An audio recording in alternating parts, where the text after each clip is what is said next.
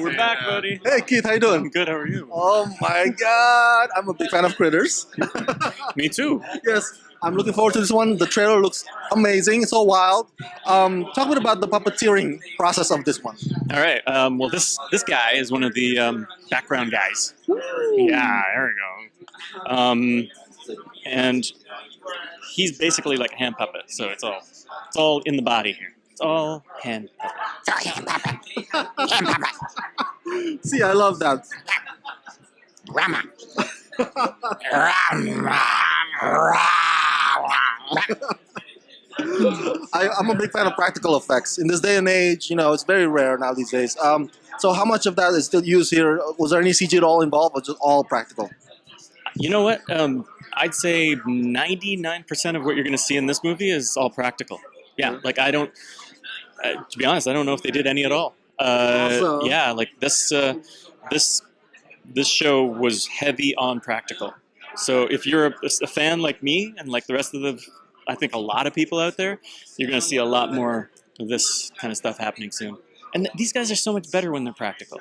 Of course, right? So much better. Yeah, yeah. So before I let you go, I want to ask, what can the fans anticipate about this latest installment? How much scarier, how much more wild is this one? Scarier. I'd say it's on par with the first two. First two? First 3 films, yeah. It's I wouldn't say it's scarier, but there's a few surprises in there that Gorier, maybe? There's some moments. Yeah. Bobby really chose some good scenes.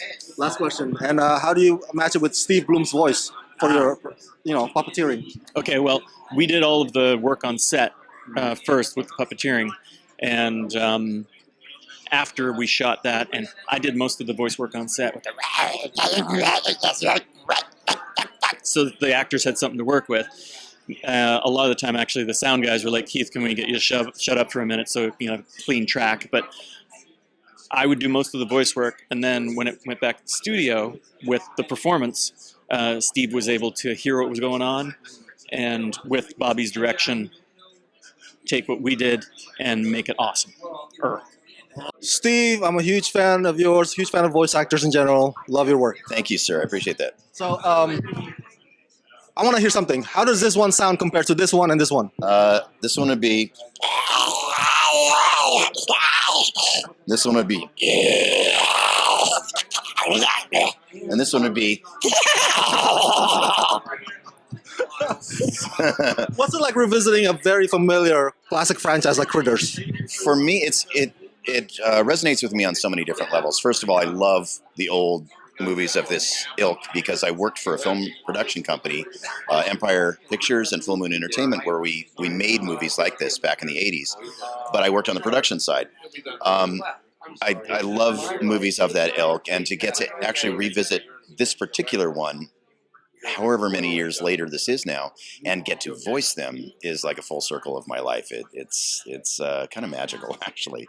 What can fans anticipate? Is it going to be scarier, gorier? How much? There's scare, there's gore, and there's comedy in this. I think it really is. It captures the flavor of the original really, really well. I think that the fans of the original franchise are going to love this because it's going to bring back so much nostalgia for them, but a whole new story. And Dee Wallace is still in it, so that's just awesome. Dee Wallace, the legend. You are a legend. Thank you, my sir. E.T., Critters. Now, Critters Attack. I want to ask you, what's it like revisiting this franchise for you? Well, it was a lot of fun because it was very different.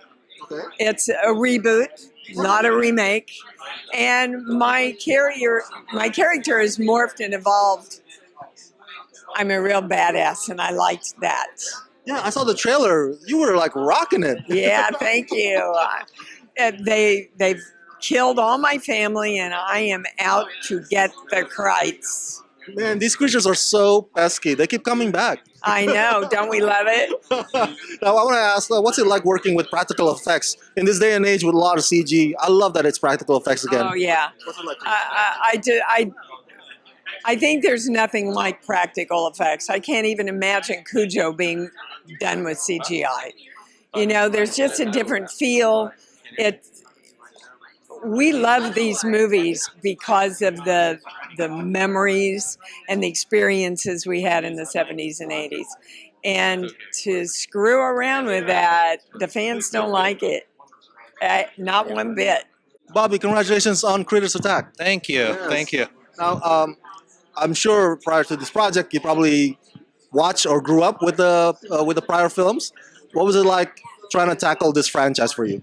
I mean, it was for me. Critters growing up was like a gateway horror film that scared me as a child. So it was kind of a big deal for me to be a part of such a cult iconic franchise. So it was really about like I wanted to make the movie that as a kid that I would have really enjoyed and been scared by. So Now, Dee told me that this is actually a reboot, so her character now is a badass. so, Yeah. why that reinvention as opposed to follow up? listen, Yeah. between me and you, this isn't going anywhere, right? It's not going on the internet or anything.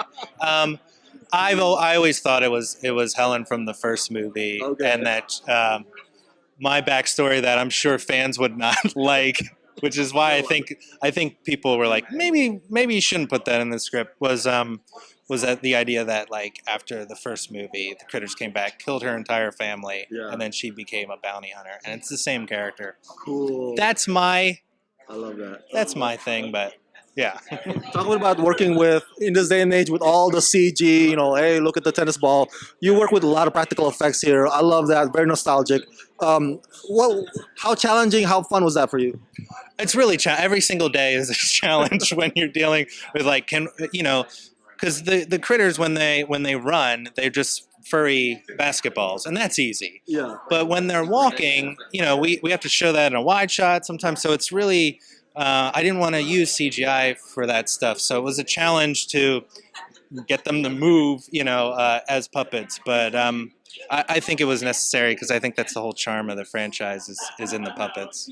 All right. So lastly, when can my fans watch the Critters Attack? It comes out July 23rd. It's on Blu-ray and DVD and digitally, and it's everywhere, so you can't miss it. Tatiana, congratulations on Critters Attack. Thank you so much. Now, when an actor signs on to an established, familiar franchise with a lot of fan base, was it daunting for you?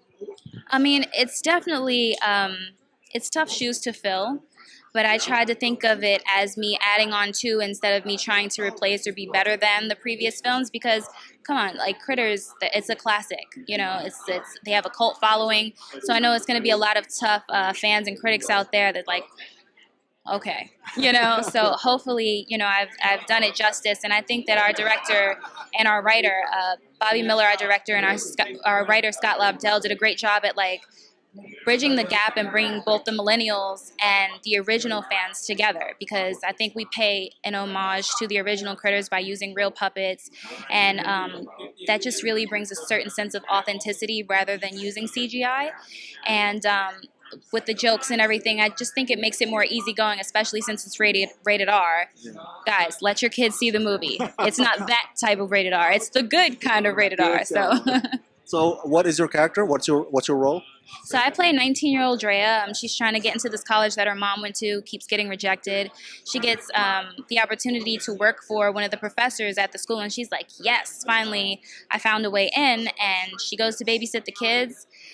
All hell breaks loose. It's furry balls with teeth falling from the sky trying to eat up everybody. And I'm like, oh my God, what do I do? So the most important thing when you're babysitting is to sit the kids and protect them through this journey. And so I'm trying to navigate and find help and, fight them off of the kids, all while, trying to figure out my own life. Like, I probably shouldn't have taken this babysitting job. But in the end, I get some help from the incomparable Dee Wallace.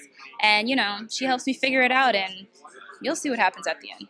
Yeah, that would be my last question for you before I let you go. So, what's it like working with the legend of the franchise, Dee Wallace? Did she bestow any, career or acting wisdom on you in between takes? Yeah, I mean, she's absolutely incredible. She's definitely a pioneer in this industry. She's the original Scream Queen.